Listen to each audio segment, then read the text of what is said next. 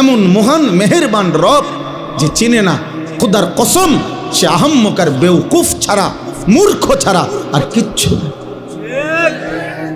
দুই চার শব্দ এই যেগুলা পইরা মনে করছে অনেক ভাত খাইবা, এই ভাত মূর্খও খায়। তুমি তো মনে করছো কিছু পড়ালেখা কইরা মনে করছো বাড়ি গাড়ি করবা, দুনিয়া ভোগ করবা, তোমার চাইতে বেশি দুনিয়া মূর্খ বকলম, নাম দস্তখত করতে জানে না, টিপসই দেয়। এরকম পৃথিবীতে কোটি কোটি মানুষ আছে, হাজার হাজার কোটি কোটি টাকার মালিক যে টিপসই দেয়, যে নামও লিখতে জানে না। তো ওই দুনিয়া ভোগ করে কেমনে, ওই নেতাগিরি করে কেমনে, ওই বিল্ডিং করলো কেমনে, ওর টাইলস লাগাইলো কা, ওর ঘরে তো প্রত্যেক রুমে ফ্রিজ, এসি, ওই দিয়ে 1 কোটি টাকা দামের গাড়ি চড়ে। আমি তো দেখছি হেরে যে পিএইচডি হোল্ডার, তার অধীনে চাকরি করে পিএইচডি ডিগ্রিধারী, ডক্টরেট ডিগ্রিধারী, হেরে স্যার কয়। আমি নিজে নিশ্চিত জানি, আমার পরিচয় করে বলছে এবারটা স্যার কিতায় তার বাপেও বোঝে না, কিচ্ছু জানে না, ভাই কিচ্ছু জানে না, ভাই পুরা মূর্খ। কিন্তু বেচারার অধীনে শিক্ষিত উচ্চ শিক্ষিত ব্যক্তি চাকরি করে, উনি বেতন দেয়, মূর্খ মিয়ায় বস। দুনিয়া মালিক যারে চাই তারে এমনি দেয়। হাতি হাতিকে আল্লাহ তাআলা প্রতিদিন, প্রাণীবিদ্যা গবেষকদের কথা হলো হাতি একদিনে 250 কেজি খাবার খায়। জঙ্গলের হাতি 250 কেজি, 90 লিটার পানি পান করে হাতি। তাইলে বলেন দুনিয়া হাতি বেশি ভোগ করে না? কথা বলেন না কেন? তাহলে একটা তিমি কমপক্ষে 200 জন সামর্থ্যবান পুরুষের সমপরিমাণ খাবার একবারে খায়। তাহলে দুনিয়া আমরা কোথায় বেশি ভোগ করলাম বলেন? ভাত কম খাইলাম, দুনিয়া কম ভোগ করলাম, কিন্তু যদি আখিরাত হারাই তো সব হারাইলাম, যদি ঈমান হারায় তো সব হারাইলাম। আমার শায়েখ আল্লামা মুফতি মুশতাকুন নবী কাসিমি হুজুর বলেন, আল্লাহকে পেয়ে কেউ যদি গোটা দুনিয়াও না পায় সে কিছুই হারায়নি, আর আল্লাহকে না পেয়ে কেউ যদি গোটা দুনিয়া 1,000,000ও পায়, খোদার কসম সে কিছুই পায়নি। আল্লাহকে পেয়ে সব হারালেও কিছুই হারায় না, আল্লাহকে না পেয়ে সব পেলেও কিছুই পাওয়া হয় না। দুনিয়া 1000 বার মিললেও এটা আল্লাহর সন্তুষ্টির চিহ্ন না। আল্লাহ বলেন, আমার কিছু বান্দা ধারণা করছে আমি যে তাদেরকে দুনিয়াতে কিছু সম্পদ এবং সন্তানাদি, জিফুত নাতি নাতনি, ভাত তরকারি চাল ডাল, ঘর সংসার, এরপরে টাকা পয়সা, অর্থবিত্ত, জায়গা জমি, বিল্ডিং দালান, ক্ষমতা, প্রভাব, প্রতিপত্তি, মানে এই দুনিয়াতে যে কিছু জিনিস দিছি, আল্লাহ বলেন এগুলো পেয়ে তারা ভাবতেছে নুসারিউ লাহুম ফিল খায়রাত, আমি আল্লাহ তাদেরকে বড় বেশি কল্যাণের দিকে রাখছি, আমি তাদের উপরে রাজি খুশি হয়ে গেছি। দুনিয়া পাইয়া ওরা ভাবতেছে আমি তাদের প্রতি সন্তুষ্ট হয়ে আছি, এই জন্য দুনিয়া দিছি। অনেক বয়স্ক লোক এটা ভাবে, আপনি দেখেন অনেক বয়স্ক লোকের খুশি তৃপ্ত কথাবার্তা শুনলেই, আমি সবসময় বলি দেখবেন অনেক বয়স্ক লোক আছে 60 বছর 65 বছর বয়স্ক লোকের কথা শুনলে বুঝবেন যে ওনার তৃপ্তি কিসে, উনি সন্তুষ্ট কি কথায়। জিজ্ঞাসা করলে বুঝবেন, চাচা কেমন আছেন? আলহামদুলিল্লাহ হুজুর আপনাকে দোয়ায় ভালো আছি। কেমন ভালো আছেন একটু বললে ভালো আছেন। আল্লাহর রহমতে আপনার দোয়ায় 10 জনের দোয়ায় তারা 3 জন বিদেশ, আল্লাহর রহমতে 4 জন মাইয়া আসিল, আল্লাহ আল্লাহ করে 4গা বিয়া দিছে, জামাইগুলো ভালো পড়ছে, দোয়া করেন হুজুর। 4গার বিল্ডিং, 4গার বাইক বিল্ডিং, আল্লাহর রহমতে টাকা পয়সা দিক দিয়ে কোনো কষ্ট পায় না, জি সুখে আছে। এই যে আমরা আল্লাহ হুজুর দোয়া করেন, এখন বিল্ডিং করছি, ভাই 4টা রুম, 2টা বাথরুম, বাথরুম দিও আল্লাহর রহমতে টাইলস, টাইলস, আল্লাহু আকবার। কফাল সাসার কফাল, আল্লাহ ওনারে দেওয়া না, উনি আজ টাইলস লাগাইছে, বাথরুম পর্যন্ত টাইলস। কত বড় নিয়ামতের সাগরে উনি ভাসতেছে। উনি টাইলসে পেশাব করে, টাইলসে ঘুমান, ওনার ঘাটের তলে টাইলস। বাহ বাহ, মাশা, কপাল আল্লাহ দিছে আপনার, হে আল্লাহ দিছে। আল্লাহর রহমতে রাস্তার লগে কদ্দুর জায়গা নিছি, দোয়া করেন, তে আরো ফাটাইতেছে, আরো কিনবো মরণ পর্যন্ত কিনে যাব। দোয়া করবেন, খাস দোয়া। সামনের রবিবারে দোতলার ছাদ ঢালাই, খাস দোয়া। আমি একজনরে বললাম যে ভাই খাস দোয়া কি? এমন দোয়া করুন যাতে ছাদ ডাইবা যায় একদম, নাহলে খাস দোয়া কি? ছাদ ঢালাইর দোয়া।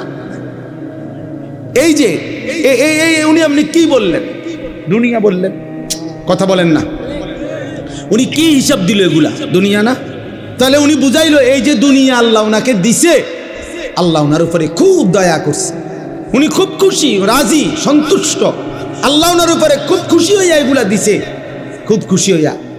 আহা মুসলমান, তো আল্লাহ এটা বলেন না বান্দা, বাল্লা ইয়াশউরুন, আহা বান্দা বুঝলা না, আসলে তারা বোঝে নাই যে আমি আল্লাহ কাউকে যদি দুনিয়া 1,000,000 দেই, 1000 দেই, গোটা দুনিয়া যদি 100 কাউকে পুরাটা দুনিয়া দেই, তবুও এটা আমার সন্তুষ্টির চিহ্ন না, না সন্তুষ্টির চিহ্ন নয়, আমার রাজি খুশির চিহ্ন নয়।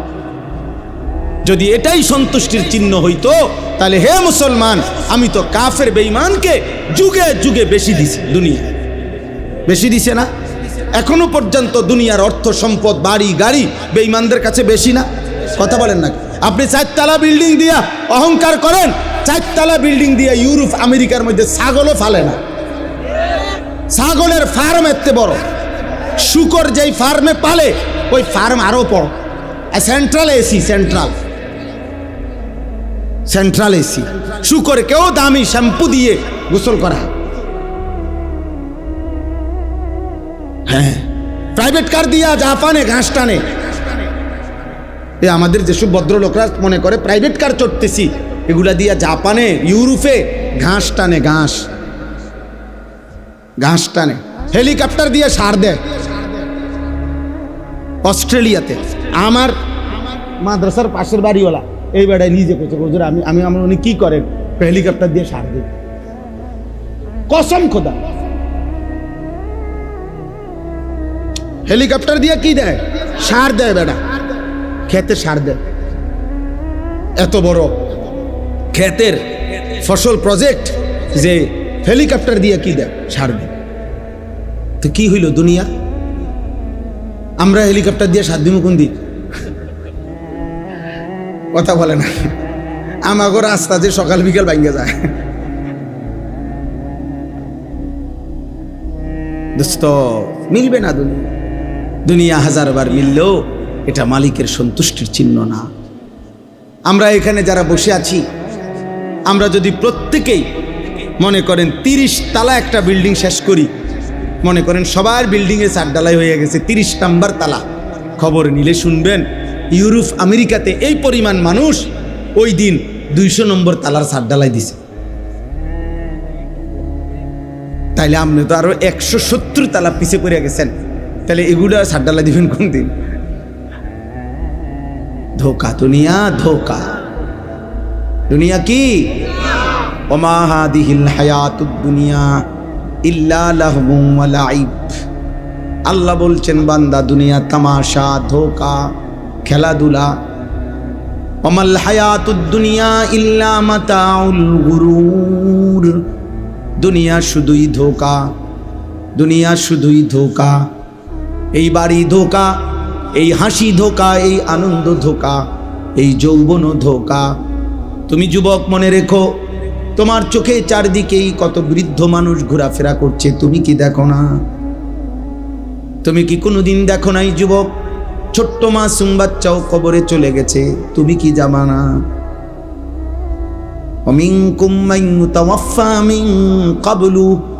আল্লাহ বলেন বান্দা মনে রেখো, আমি কিন্তু সকলকে বাচ্চা হিসাবে মায়ের পেট থেকে জন্ম দিয়ে আমি কিন্তু সবাইকে যুবক বানাই না, বৃদ্ধ বানাই না, তার আগেই অনেককে মৃত্যু দিয়ে ফেলি। দেয় কিনা? হ্যাঁ, 3 দিনের বাচ্চা কবরে যায়, 3 মাসের বাচ্চা কবরে আছে, 3 বছরের বাচ্চা কবরে আছে। আমার বন্ধু মাওলানা মুতালেব হুসাইন সালিহি, বাংলাদেশের অন্যতম একজন আলেম বক্তা, ওর 1 মাসের বাচ্চা কবরে গেছে, মারা গেছে কয়দিন আগে। 1 মাস বয়সী বাচ্চা। মেয়ে বাচ্চা কবরে চলে গেছে, মারা গেছে। তাইলে আমার সমুদ্রের 3 দিনের বাচ্চা মারা গেছে। তাইলে এই জন্য বলি দুনিয়া 1000 বার পেলেও সবটাই ধোকা। এই আছেই না, এই হাসে তোই কাঁদ, এই হাসে তোই কাঁদ। আমি একদিন কুমিল্লা ক্যান্টনমেন্টে এক ছেলেরে দেখছি, খুব সুন্দর মোটর সাইকেল দিয়ে সে ফাঁ করে ছাড়ছে। এখানে দেখছি খুব মৌজে আছে, কাবিলা পর্যন্ত গেছি, আমার গাড়িও পিছন দিয়ে গেছি, দেখছি মানুষের জট। দাঁড়াই, এই কাঁড়া দিয়া খবর দেখি এই ছেলেটাই আপনার কভার্ড ভ্যানের মধ্যে এমন জোরে বাড়ি দিছে, এই পাওটা আলগা হয়ে গেছে একদম। আমার চোখে দেখছি। আমি সিলেট আমার এক মাহফিলে এরকম আমারে আরো আগে মোটর সাইকেল দিয়ে নিতে গিয়া ছেলে 2 মোটরে, তারাই যারা নিতে আসছে, ওদের একজনের মোটর সাইকেলে ধাক্কা লাগে আরেকজন পইরা 2টা দাঁত জাগাত পড়ে গেছে ভাঙ্গা। আমি কক্সবাজার দেখছি মহেশখালী মাহফিলে যাইতে সময় এই যুবক আমারে নিষেধ করার পরেও মোটর সাইকেল দিয়ে নিতেছে, বারবার নিষেধ করছে। এর মধ্যে একটা ছেলে এই স্লিপ খাইয়া রাস্তার সাইডে পড়ে গেছে কোনোভাবেই। এই জন্য আমি এটা পছন্দ করি না। বর্তমান আমি আমার শায়েখ, আল্লাহ আশ্চর্য হবেন, এই আমার বক্তব্যের 5 মিনিট পরে আমার পরে একজন বক্তব্য দিয়েছেন। উনি একটি প্রাইভেট মেডিকেল কলেজের চেয়ারম্যান, মেডিকেল কলেজের। উনি বক্তব্য দিয়ে সাথে সাথে এটা বললেন যে আমি এই হুজুরের কথার সাথে শতভাগ একমত। আমাদের এই মেডিকেল কলেজে প্রতিদিন যে পরিমাণ রুগী আইসিইউতে থাকে, তার 90% আইসিইউ রুগী সব নওজোয়ান মোটর সাইকেল বাইকে আহত। এই পরিমাণ অ্যাক্সিডেন্ট করে যে বাড়ির লগে লগে প্রথমেই আইসিইউতে ঢুকাইতে হবে। এই জন্য প্রিয় নওজোয়ান, কে দেখে তোমার মোটর সাইকেল? কে দেখে? কারে দেখাও? মানুষে দেখবার আগে তো তুমি এত জোরে ছাড়ছো, বেটা তো দেখবার আগে তুমি গেছো গা লালমাই ফার হইয়া, বাগমারা ফার। তুমি যদি জাগাত এটারে ভালো করে দেখাইতা, বলে আপনার মনোযোগ দিয়ে দেখেন আমি এটা কি মারাত্মক চালাইতারি, তাইলে না লোকটা বুঝলো হইলে। এটা অসভ্যতা, এটা অসভ্যতা। নিজেকে নিজে ধ্বংসের দিকে ঠেলে দেওয়া, এটা মূর্খতা ছাড়া আর কিচ্ছু না। বোকামি বাবা, বোকামি। আমি বললাম বন্ধু, এটা বোকামি। নিজেকে ধ্বংস করা, নিজের আখলাক ধ্বংস করো না, নিজের জীবন ধ্বংস করো। এই মোবাইলের নারী দেখা, অশ্লীল ছবি দেখা, এটা ধোঁকা, এটা ধোঁকা। ওই নারী প্রকৃত অর্থে নারী না। তুমি মোবাইলে যাকে দেখছো সে তোমার ওই নারী না, ওইটা তোমার নারীর ছায়া। ও তো চলে গেছে অন্যখানে, ও এখানে নাই। তুমি শুধু ছায়া দেখে দেখে নিজের হাত নিজের লজ্জাস্থানে নাপাক ব্যবহার করে নিজের চরিত্র শেষ করলা, আখলাক শেষ করলা, শরীরের যৌবনের শক্তিটা নষ্ট করলা, আখিরাতটাও বরবাদ করলা। ও ছায়া, ছায়া, ও ধোঁকা, ও ধোঁকা, ধোঁকা। 3 বছর পরেও যদি কোনো নর্তকী দেখে দেখে যারা চরিত্র নষ্ট করছো, তুমি কোনোদিন তার কাছে যাইয়া বইল, তোমারে রাতভর দেখতে দেখতে আজকে আমার শরীরটা শুকাইয়া শেষ, তুমি আমারে একটু ভালোবাসা দাও। তখন ওই নর্তকী বলবে, দয়া করে প্লিজ একটু ঘুরে দাঁড়াও, একটু ঘুরে দাঁড়াও। যখন তুমি ঘুরে দাঁড়াবা তো ফাঁসাতে একটা লাথি দিব তোমার। বলবে, অপদার্থ, আমি তোর জন্য সাজি নাই, আমি টাকার জন্য সাজছি। তুই কেন নষ্ট হলি? তুই কেন নষ্ট হইলি? আমি তো তোর জন্য সাজি নাই, আমি টাকার জন্য সাজছি। অথচ 3 দিন আমার মাদ্রাসায় এক ছেলে গত আগস্ট মাসের 5-6, আমি উদাহরণ দিচ্ছি, 5, 6, 7 গত আগস্ট মাসে আমার মাদ্রাসায় 3 দিনের কিশোর যুবকদের জন্য, স্কুল কলেজ ইউনিভার্সিটির ছাত্রদের জন্য আমরা 3 দিন প্রশিক্ষণ করছিলাম। ওযু, নামাজ, সূরা, কেরাত, দোয়া, কালাম, পাক নাফাক, ঈমান, আকীদার উপরে 3 দিন তাদেরকে শেখানো হয়েছিল। ওস্তাদরা, আমরা নিজেরা থাইকা, আমার শায়েখ হযরত নিজে গেছেন। তো ওই 3 দিনের কোর্সে 3 দিন মাত্র ওযু নামাজ শিখছে একটা ছেলে আমাদের এখানে। ওই ছেলে গত কয়েকদিন আগে বাড়িতে স্বাভাবিকভাবে ফেনীতে ইন্তেকাল করছে। গতকালকে আমি নিজে গিয়া ফেনী মাহফিলের আগে তার কবর জিয়ারত করে তারপরে মাহফিলে গেছি। ও মার কাছে বলছে আইসা, তার মার কাছে মায় খবর পাঠাইছে আরেক ছেলেকে দিয়া যে হুজুর রে বইলেন আমার এই ছেলে মৃত্যুর আগে অসুস্থ ছিল, মৃত্যুর আগে 1 সপ্তাহ প্রায় দিন তারে মারে এটা বলছে, মা হাসলেও মরে যাবেন, কাঁদলেও মরে যাবেন, সুখে থাকলেও মরে যাবেন, দুঃখে থাকলেও মরে যাবেন। তো মায়ে বলছে, ফুত এই কথা তুই কাঁদতে শুনছ? এ তো আমার নাম বলছে, কয় হুজুরে কইছে। এরপরে সপ্তাহখানিকের মাথায় মরে গেছে। এজন্য দুস্থ মরে যাইবা, এক অনিবার্য বাস্তবতা, মৃত্যু থামাই দিবে। এই হাসি, এই আনন্দ, এই উল্লাস, এই মাতলামি, এই নেশা, এই নারী, এই ছবি, এই অহংকার, এই বড়াই, এই যৌবনের উদ্দামতা সব থামাই দিবে, সব থামাই দিবে। হযরত ওমর ইবনে আব্দুল আজিজ বিশ্ববিখ্যাত তাবেঈ ছিলেন, ইসলামের পঞ্চম খলিফা ছিলেন। তিনি মাঝে মাঝে কবরস্থানে, নিজ পারিবারিক কবরস্থানে দাঁড়িয়ে, আমরা কিতাবে পড়ছি, কবরস্থানে দাঁড়াইয়া উনি কবরকে ডাক দিতেন আর বলতেন, হে কবর, মাজা ফাআলতা বিল আহিব্বা, হে কবর, আমার আত্মীয় স্বজনের সাথে, আমার প্রিয়জনদের সাথে তুমি কি করেছ? আমার চাচারে তোমারে কবর দিছিলাম, আমার চাচার এখন কি খবর বলো? আমার জ্যাঠা তোমার কবরে আছে, আমার বাবা, আমার চাচাতো ভাই, আমার স্বজনরা এই কবরে আছে, হে কবর তুমি বলো আমার আপনজনদের সাথে তুমি কি করেছ? হযরত ওমর ইবনে আব্দুল আজিজ কাঁদতেন আর চোখের পানি ফেলতে ফেলতে তার সাথীদেরকে, যারা তার সাথে থাকতো, ওনাদেরকে বলতেন, জানো কবর আমারে কি বলে? তো বলতো, কবর আমাকে বলে, ওমর ইবনে আব্দুল আজিজ, তোর আপনজনের প্রত্যেকের চোখ, নাক, কান, হাত, পাও, শরীরের প্রতিটা অঙ্গ খুলে খুলে আমি মাটির সাথে মিশাই দিছি। 3 বছর আগে রেখে যাওয়া তোর চাচারে কবর থেকে খুলে দেখ, নাই, আমি সমান করে ফেলছি। আমি তোর আপনজনদেরকে মাটির সাথে মিশাইয়া দিছি। আমার মাটি আমি আমার সাথে মিশাই নিছি। মাটি থেকে তৈরি না আমরা, কথা বলে না কেন? তো মাটি যেন বলে, আমার মাটি আমার সাথে আমি কি করে নিছি? মিশাই নিছি, মিশাই নিছি। এজন্য দোস্ত, এক অনিবার্য সত্য, চূড়ান্ত বাস্তবতা, এক চিরন্তন সত্য, তুমি মরে যাবে, আমিও মরে যাব, বাবারাও মরে যাবেন, মায়েরাও মরে যাবেন, পর্দার আড়ালের বোন আপনিও মরে যাবেন। এজন্য অভিভাবক যারা আছেন, ছেলেকে ফিরান, মেয়েকে ফিরান, স্ত্রীকে ফিরান। একজন বাবা মায়ের প্রধান পরিচয়, যদি সে মুসলিম হয়, মুসলিম অভিভাবকের প্রথম পরিচয়, তিনি তার অধীনস্থদেরকে ঈমান আমলের উপরে, আখিরাতের উপরে রাখার সর্বোচ্চ চেষ্টা করবেন। এটা হলো মূল বিষয়।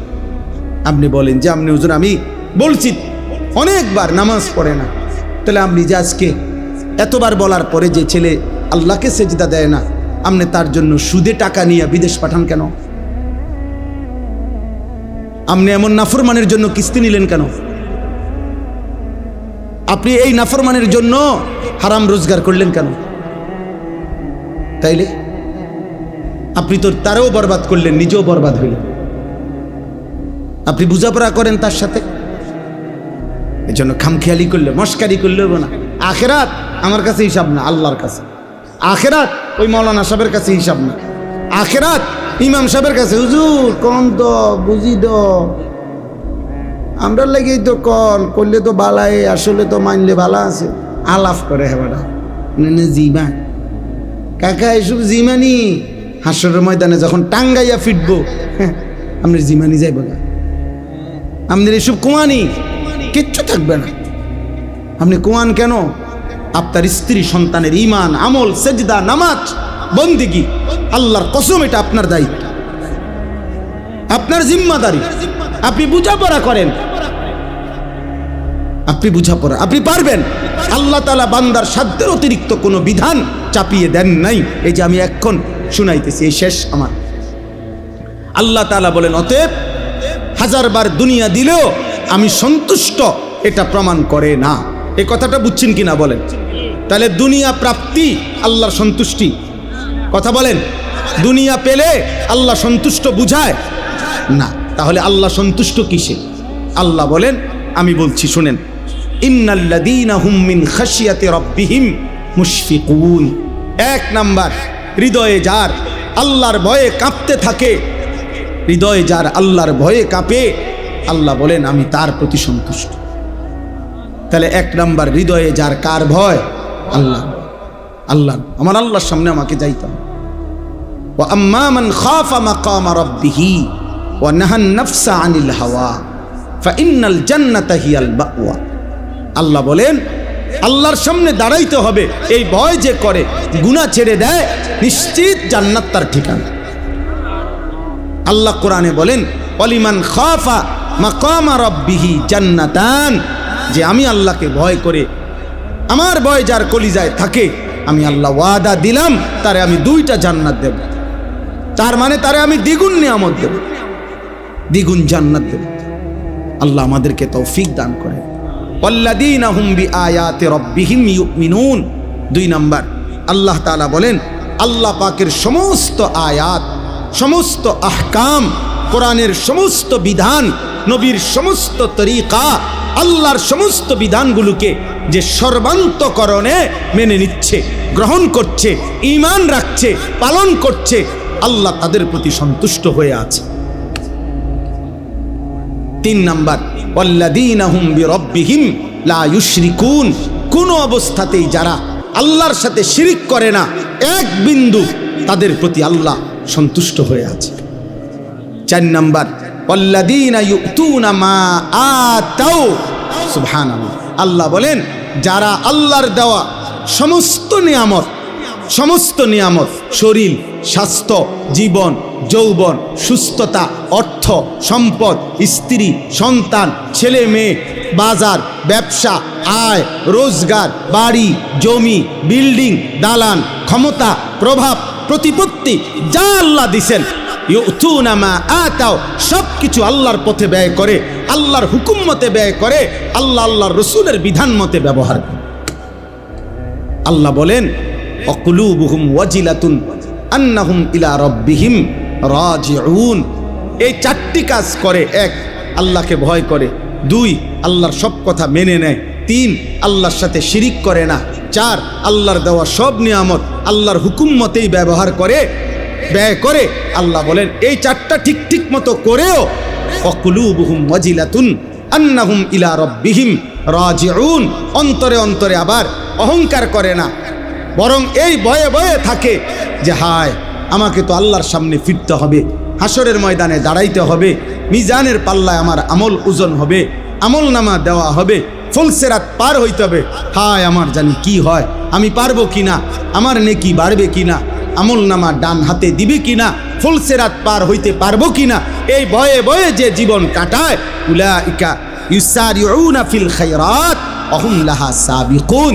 আল্লাহ বলে তারাই কল্যাণের পথে দ্রুত গতিতে এগিয়ে যাচ্ছে এবং জান্নাতের পথে পৌঁছেই গেছে। তারা যেন জান্নাতের দুয়ারে ঢুকে গেছে, এবার ফেরেশতা দরজা খুললেই জান্নাত। শেষ কথা হলো ওয়ালা নুকাল্লিফু নাফসান ইল্লা বুসআহা।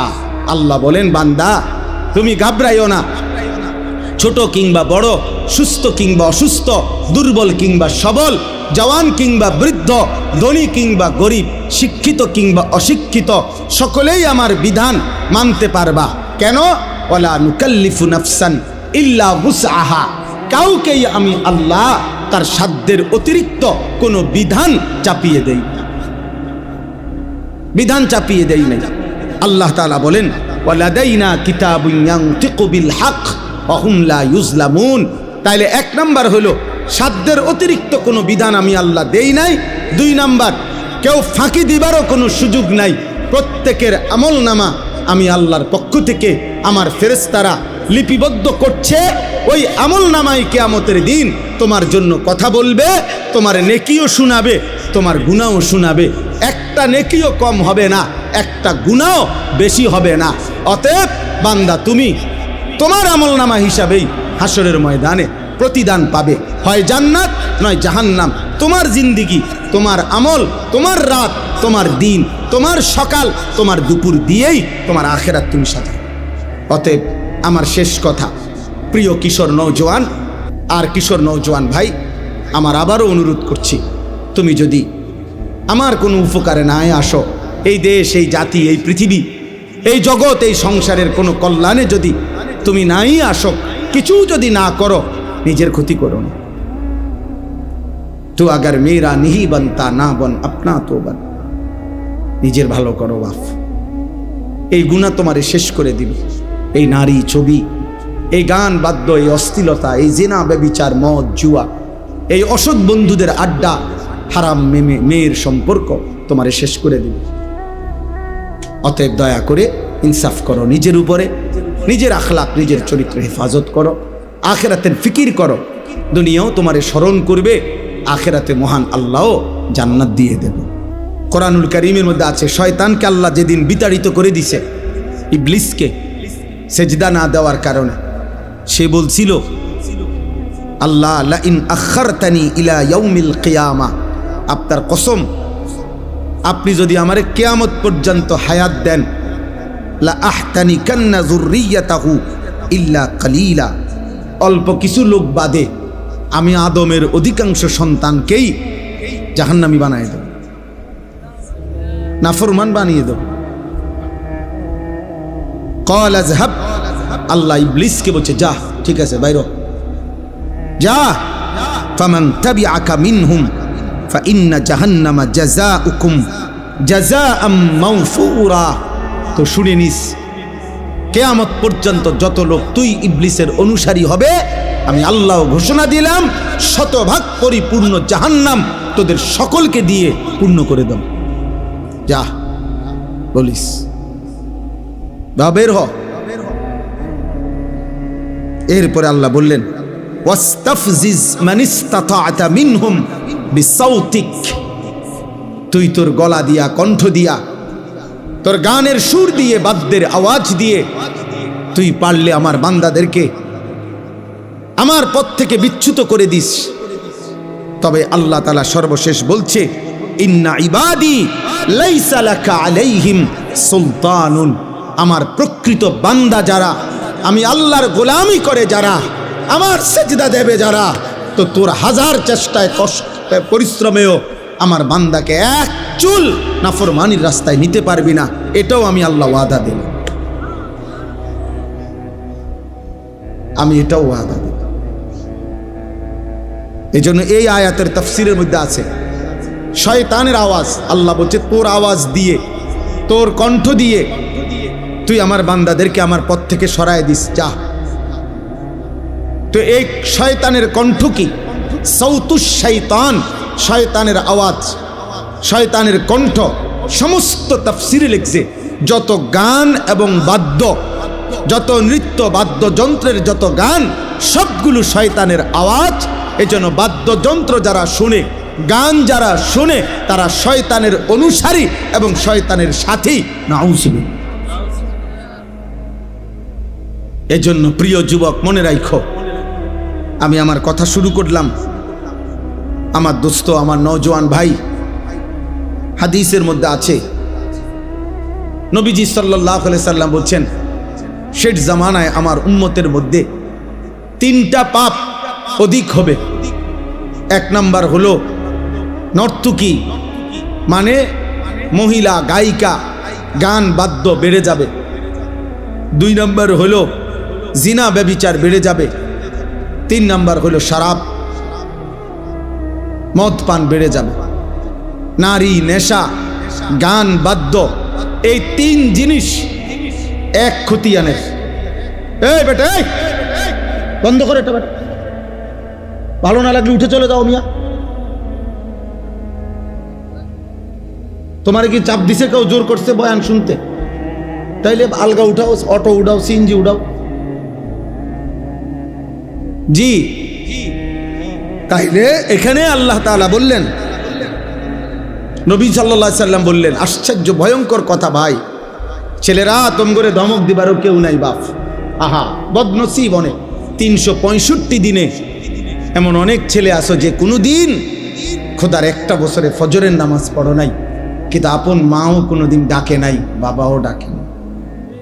কপা মন্দ, কপা দুর্ভাগা, বদনসিব, তুমি দুর্ভাগা। মা তোমাকে ভুলে গেছে, বাপ তোমাকে ভুলে গেছে, এই দেশ তোমাকে ভুলে গেছে, এই জাতি তোমাকে ভুলে গেছে। সবাই মিলে তোমারে বলছে যা, তোরে ছেড়ে দিলাম, তুই আল্লাহর নাফরমানির পথে থাক, নারী দেখ, ছবি দেখ, উলঙ্গ দৃশ্য দেখ, রাতভর মোবাইল দেখিস, যতক্ষণ সজাগ থাক, দেখ ছবি দেখ, উলঙ্গ ছবি দেখতে দেখতে শরীর নাপাক করে ফেল, হারাম বীর্যপাত করতে করতে শরীর শেষ করে দে, তোর চুল তোর মতো, তোর চেহারা তোর মতো, তোর রাত কাটবে তোর মতো, তোর দিন কাটবে তোর মতো। আয় নাফরমান, তোমার কি একবার ওইটা মনে পড়লো না যে কিরে আমি এমন দুর্ভাগা কেমনে হইলাম, আমার এদি আমার মা বাপও কুদ্দুর আল্লাহর দিকে ডাকে না। হ্যাঁ, আমার একটা বছর পার হয়ে গেল, আমি একদিনও 5 ওয়াক্ত নামাজ পড়লাম না। মুসলমানের ঘরে আমি এমন হাইওয়ান কেমনে হলাম? আমার এটা খুব চিন্তা লাগে, মানে কিভাবে সম্ভব? আমি বহুত ভাবছি এটা, কিভাবে সম্ভব? আমার এটা মনে হইলে মাথাটা গরম হয়ে যায়, অস্থির লাগে যে আরে দুর্ভাগা ছেলে বেচারা রে, ডাকার মতো কেউ নেই। তার মা তারে ভুলে গেছে, বইয়া বইয়া অপেক্ষা করতে আছে, তারা বিদেশ যাবি কোন দিন, পয়সা কামাইবি কোন দিন, কামে লাগবি কোন দিন, দোকানদারি করবি কোন দিন, বাইক বিল্ডিং করব, তোর জেডায় জমি বেচবো, রাস্তার লগে 10 শতক জমি কিনবো তোর টাকা দিয়া, দোতলা বিল্ডিং করবো হেতের টাকা দিয়ে, আর চা দোয়ানে গপ মারিব কাকায়। আল্লাহর রহমতে আমার দোয়ায় তে বিদেশে একটা ভালো লাইন করছে, তখন আল্লাহর রহমতে হ্যাঁ মাসে মাসে টাকা দিতে আছে। ইট কিনছি গোগা, দোয়া করেন, খাস করে দোয়া করবেন, এমন দোয়া যাতে ইট মাটি হয়ে যায়। আগে তো ইটে ছিল, এখন খাস দোয়ায় মাটি হয়ে যাবে, রড যাতে বালু হয়ে যায়, এমন দোয়া করবে, খাস দোয়া। তোমার জন্য এই অপেক্ষায় আছে, নাই তো মা তোমারে ডাকে না কেন, বাবা তোমারে ফিরায় না কেন? তোমার আল্লাহ নাই, তোমার কোনো বানানেওয়ালা নাই,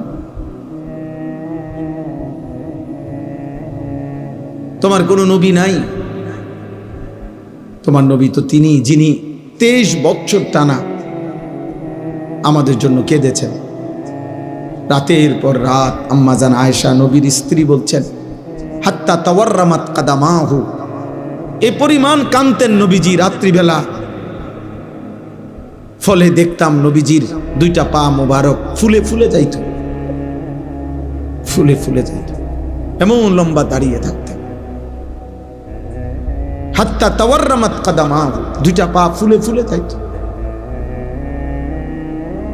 হযরত আয়েশা রাদিয়াল্লাহু তাআলা আনহা বলছে, উম্মত এত কষ্ট করছি নবীর সংসারে যে 3টা চাঁদ উঠছে, 3টা চাঁদ ডুবছে, 3 মাস খোদার কসম। আল্লাহর নবীর বিবি আয়েশা বলছে, আমরা নবীর 9 জন বিবি একসাথে একটা কামরায় ছিলাম, 9 বিবির ঘরে 3 মাসে কোনোদিন চুলায় আগুন জ্বলে নাই।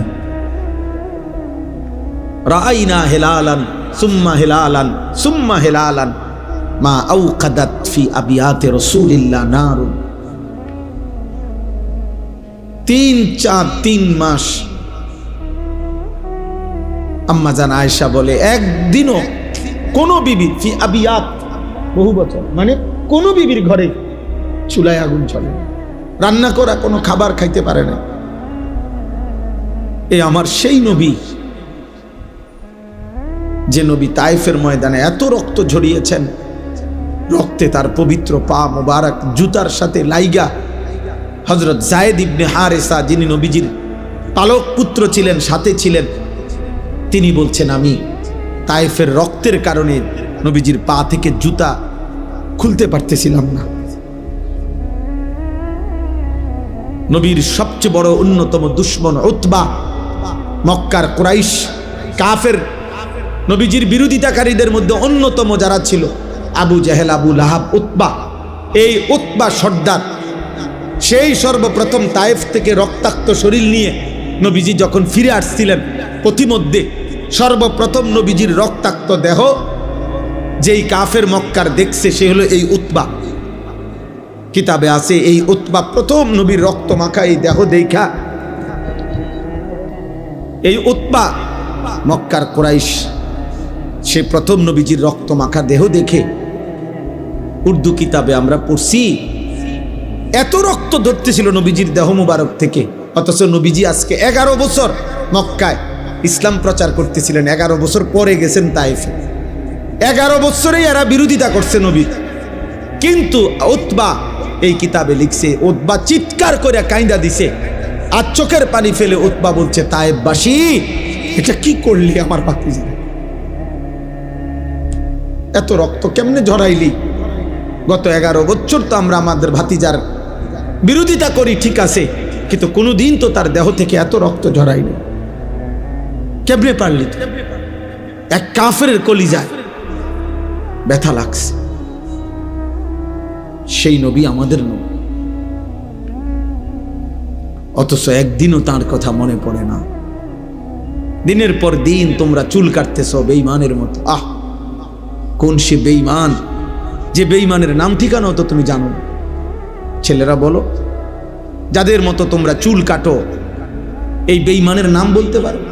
একে তো সে বেঈমান, মুশরিকের চুল, দ্বিতীয়ত তার তো কোনো নাম ঠিকানাও নাই, হয়তো তার বংশেরও ঠিক নাই।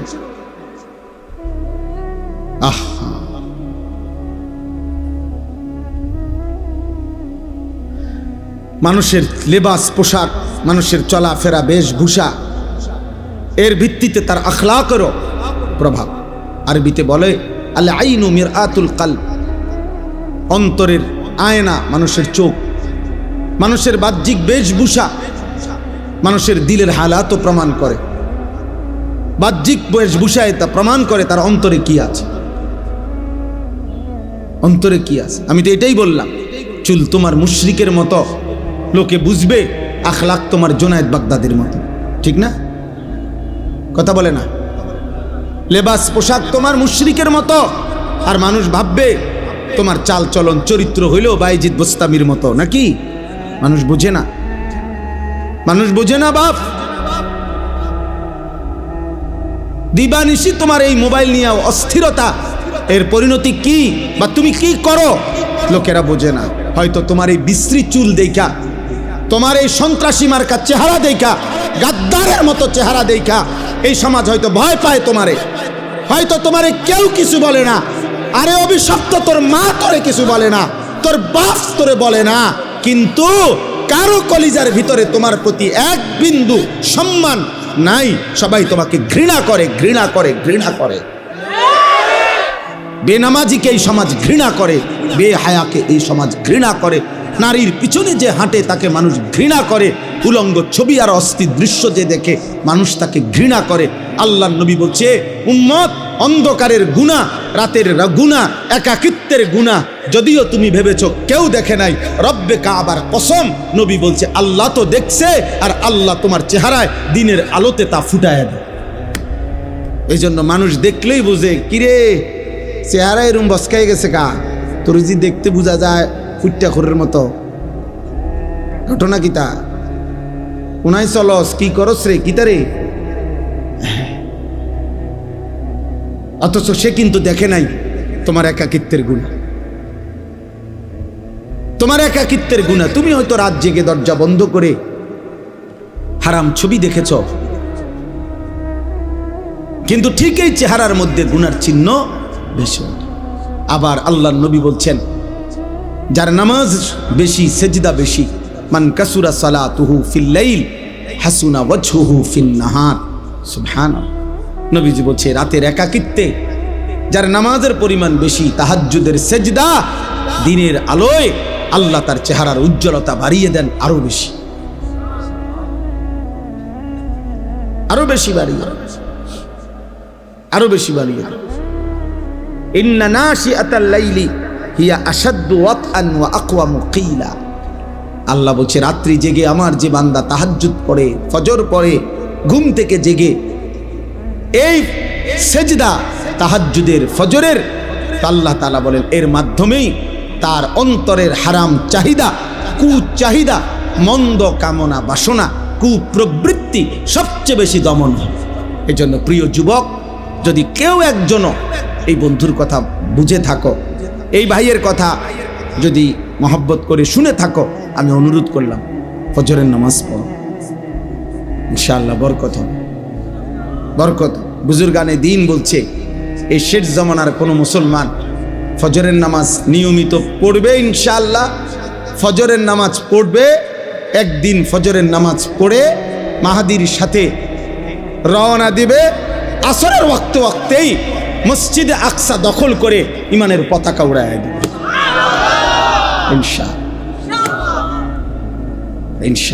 দাজ্জালের পতন হবে, ইহুদিদের পতন হবে, আর বাহিনী হবে ফজরের বাহিনী, ফজরের মুসল্লি, ফজরের মুসল্লি, ফজরের মুসল্লি। হ্যাঁ, এজন্য ফজরের মুসল্লি যারা মাহাদির সৈনিক, তারা ফজরের মুসল্লি যারা দাজ্জালের বিরুদ্ধে লড়বে, তারা ফজরের মুসল্লি যারা শেষ জামানায় ঈমান রক্ষা করবে, তারা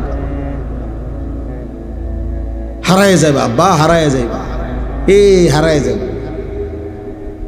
নারী দেখতে দেখতে, ছবি দেখতে দেখতে, বেনামাজি জিন্দিগি দেখতে দেখতে, থাকতে থাকতে একদিন দাজ্জাল বের হইলে তুমি ঈমান হেফাজত করতে পারতাম,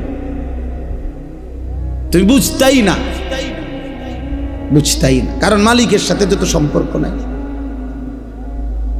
এক মানুষ 10 বছরও যে কোনোদিন 5 ওয়াক্ত নামাজ পড়ে নাই, এমন মুসলমানকে জিজ্ঞেস করলো যে নামাজ কয় ওয়াক্ত, সে 5 ওয়াক্তই বলবে। 30 বছর ধরে যে মুসলমান সুদ খায়, এমন কোন সুদখোর হারামখোরকেও যদি বলা হয় যে ভাই বলেন, চাচা বলেন ভাই সুদ খাওয়া কি, উনিও বলবে হারাম, উনি কোনো মুস্তাহাব বলবে না। তাইলে এতটুকু জানা তো সবাই জান, কিন্তু ওনার এই জানার দ্বারা তো ফায়দা হলো না। তাইলে ওই শোনাটা, ওই জানাটা ফায়দা হয় যখন সেটা আমলের তৌফিক হয়, আর এর জন্য আল্লাহর কথা মনোযোগ দিয়ে শুনতে হয়। এই জন্য মোবাইল হাতে থাকলে মনোযোগ হয় না, দিল জমে না, অন্তরে কথা কোনোভাবেই ঢোকে না। এই ছবি উঠবে, কদ্দুর আওয়াজ ক্লিয়ার, কদ্দুর আওয়াজ ক্লিয়ার না, কতটুকু বোঝা যায়, কতটুকু বোঝা যায় না, শেষে দেখা যাবে কি কবে তো ভালো হয়েছে না, এটা দে ডিলিট করে দে, তো লাভ হইল কি, আর ফায়দা কি হইল, এটা অর্থবহ তো কোনো উপকার হলো না বাপ। এই জন্য অনর্থক এই কাজটা না করলে ভালো। শুধু শুধু এই হই হুল্লোড়, হাঙ্গামা, চিৎকার চেঁচামেচি, তেমন উল্লেখযোগ্য কোনো ফায়দা নাই, বক্তার কিংবা শ্রোতার কারোই না। জনপ্রিয়তা, এই সুনাম সুখ্যাতি, এগুলোর আসলে আখেরাতের বিবেচনায় 2 পয়সারও কোনো মূল্য নেই, ভ্যালু নেই।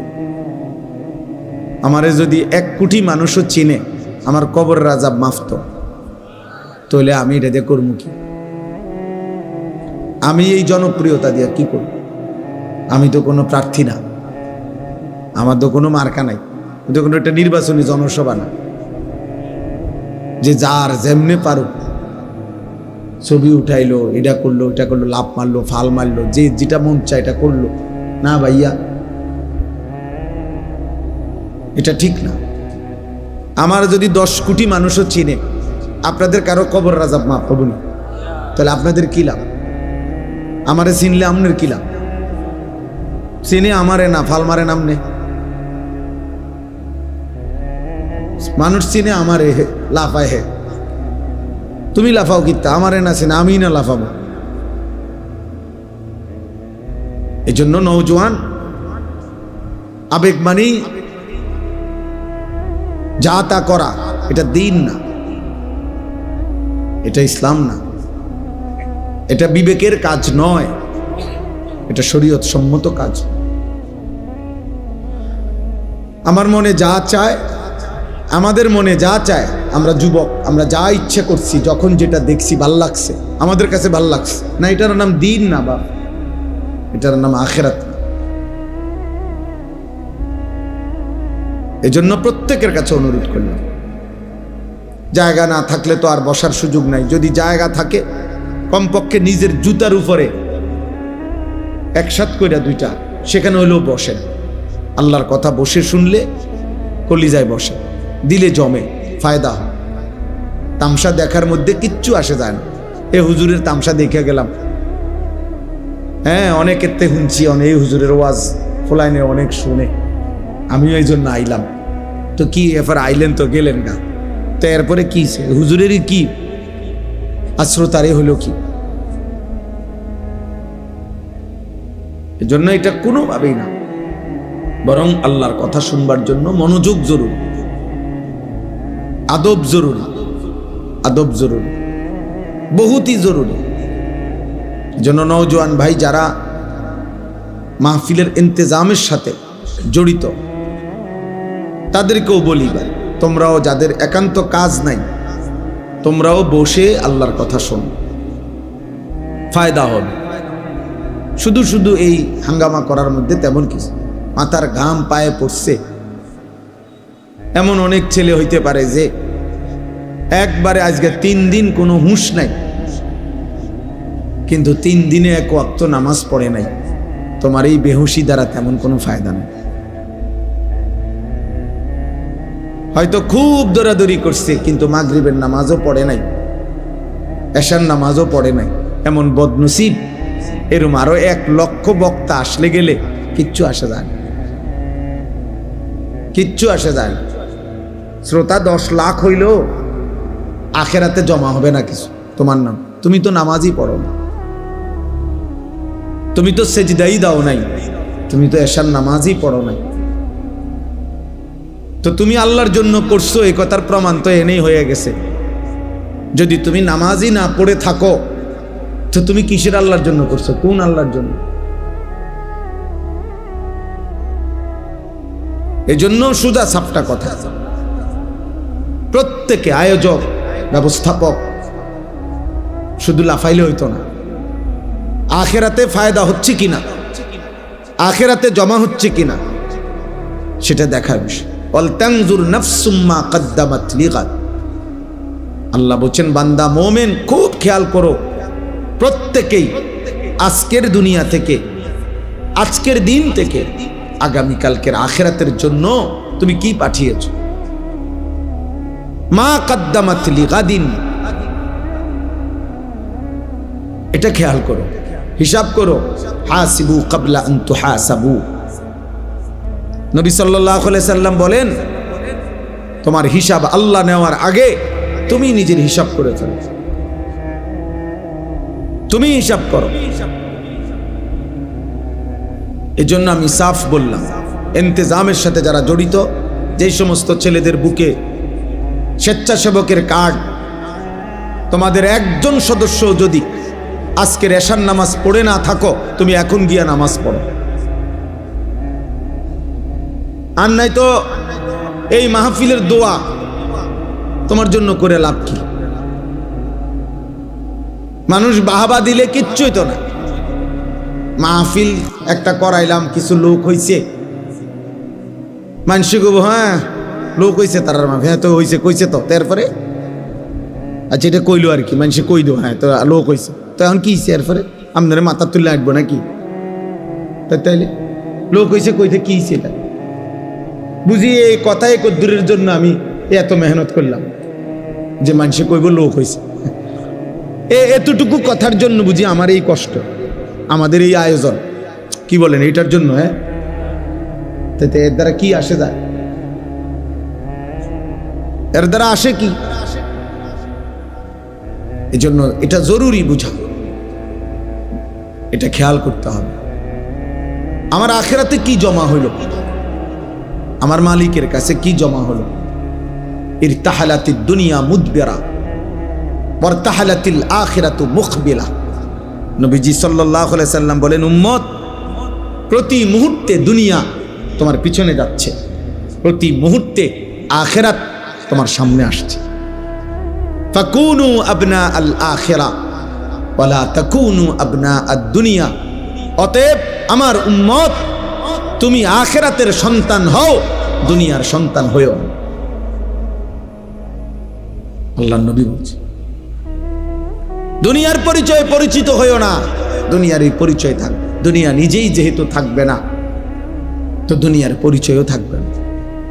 ধোঁকা, এই জনপ্রিয়তা, সুনাম, সুখ্যাতি, এগুলো দুনিয়াবি নেতা যারা দুনিয়া কিছু করবে, দুনিয়ার রাজনীতি করবে, পদ পদবি দুনিয়াবি বিভিন্ন কিছু অর্জন করতে চায়, তাদের জন্য হইতে পারে। কিন্তু আখিরাতের বিবেচনায় এই পদ পদবি, সুনাম, সুখ্যাতি, জনপ্রিয়তা, হুলস্থুল, লাফালাফির কোনো মূল্য নেই, কোনো মূল্য নেই। আমি অনুরোধ করলাম, আবারও বলছি, প্রিয় ভাই নওজোয়ান, এশার নামাজ, ফজরের নামাজ, আজকের সারাদিনের এক ওয়াক্ত নামাজ পড়ো নাই, তোমার মতো ব্যক্তির ভালোবাসায় কোন আলেমের কিচ্ছু আসে না। তুমি ভালোবাসলে কি আসবে যাবে, তোমার ভালোবাসা দিয়ে কি হবে?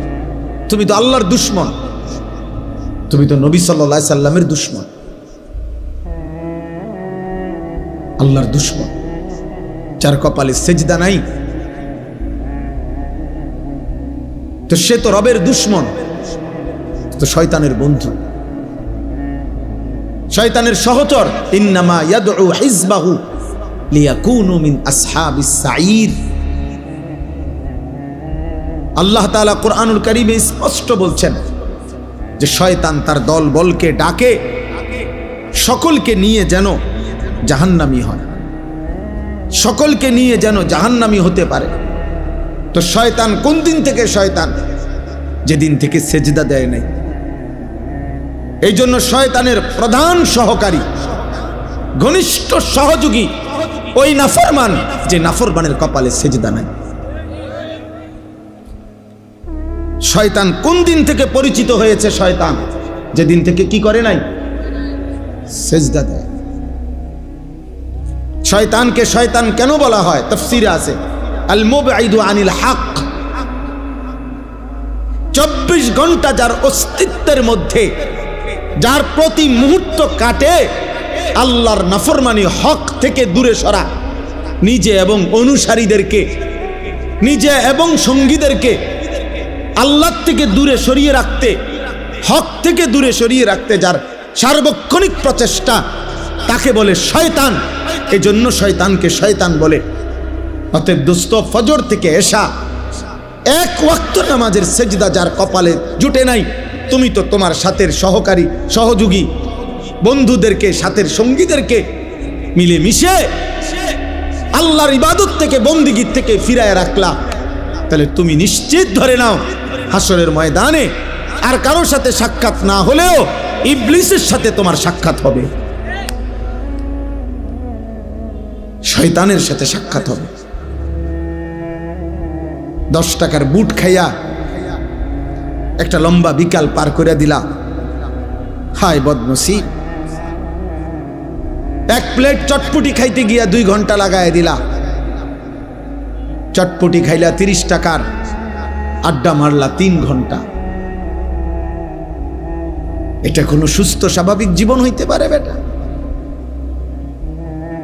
ন্যূনতম বিবেক যার আছে তার জীবন এটা না। মানুষ এত ফালতু হয় না, এত ফালতু হয় না। এজন্য আজকের নওজোয়ান, কিশোর যুবক ভাই, প্রিয় সন্তান, চেহারা দেখলেই বোঝা যাচ্ছে অনেক ছেলের বেনামাজ। বেনামাজির চেহারা অসভ্যের চেহারা, বেনামাজি গাদ্দার, বেনামাজি চূড়ান্ত সীমা লঙ্ঘনকারী, বেনামাজি প্রচন্ড অহংকারী, বেনামাজি বেয়াদব, বেনামাজি আসমানের নিচে জমিনের উপরে সর্বনিকৃষ্ট প্রাণী, যে জন্তু জানোয়ারের চাইতে নিকৃষ্ট। যদি বিশ্বাস না হয়, যারা সেজদা দাও নাই, নামাজ পড়ো নাই, তো তুমি কোনো কুত্তারে রাস্তার কুকুরকে জিজ্ঞাসা করো, কুত্তা তুই সেজদা দেস না কেন? তুইও সেজদা দেস না, আমিও দেই না,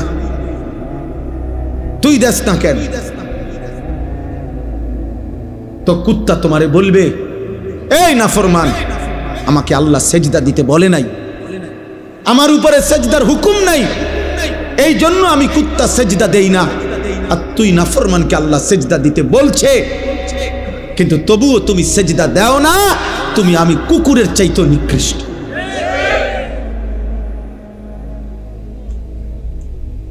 এজন্য চুল, এই চুলের ফ্যাশন ফিরাইয়া মনে করছো তোমার এই সুন্দর লাগে। কোনো পাগল, কোনো ছাগলও তোমার দিকে তাকায় না।